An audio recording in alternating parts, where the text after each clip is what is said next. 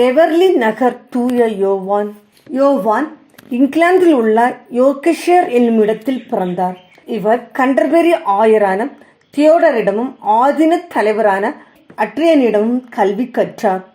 அதன் பிறகு விட்பியில் உள்ள தூய ஆசீர்வாதப்பர் சபையில் சேர்ந்து துறவியானார்.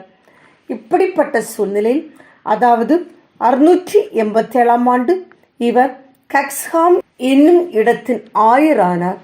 அங்கு சில காலம் இறைப்பணியை சீரும் சிறப்புமாக செய்து வந்தார்.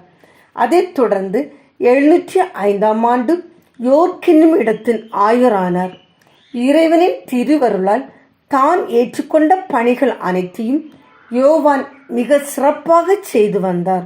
ஒரு கட்டத்தில் இவர் ஆயர் பதவியை துறந்துவிட்டு துறவற மடத்திற்கு சென்று ஜெபத்திலும் தவத்திலும் தன்னை முழுமையாக ஈடுபடுத்திக் கொள்வது நல்லது என்று உணர்ந்தார்.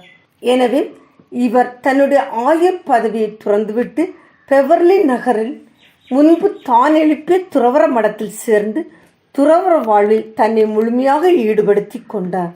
துறவற மடத்தில் இருந்த நாட்களிலெல்லாம் யோவான் கருணைக்கும் பிறரன்பு சேவைக்கும் மிக சிறந்த எடுத்துக்காட்டாக விளங்கி வந்தார். அது மட்டுமல்லாமல் யோவான் மாணவர்களுக்கு கற்றுக் கொடுப்பதில் வல்லவராக விளங்கினார்.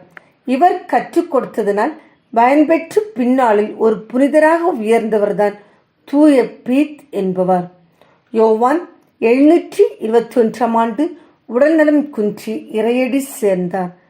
இவர் இறந்த பிறகு இவருடைய கல்லறையில் நிறைய புதுமைகள் நடைபெற்றன.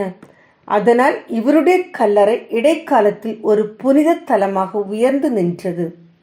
தூய யோவானின் வாழ்க்கை வரலாற்றை நாம் வாசிக்கும் போது அவரிடத்தில் விளங்கிய பிறரன்பு பணிகள் நமக்கு ஒரு பாடமாக இருக்கின்றது. நாமும் அவரை போன்று பிறரன்பு பணிகளில் நம்மை முழுவதும் ஈடுபடுத்தி வாழ்வோம். அதன் வழியாக இறையருளை நிறைவாய் பெறுவோம். தூய யோவான் எங்களுக்காக வேண்டிக் கொள்ளும்.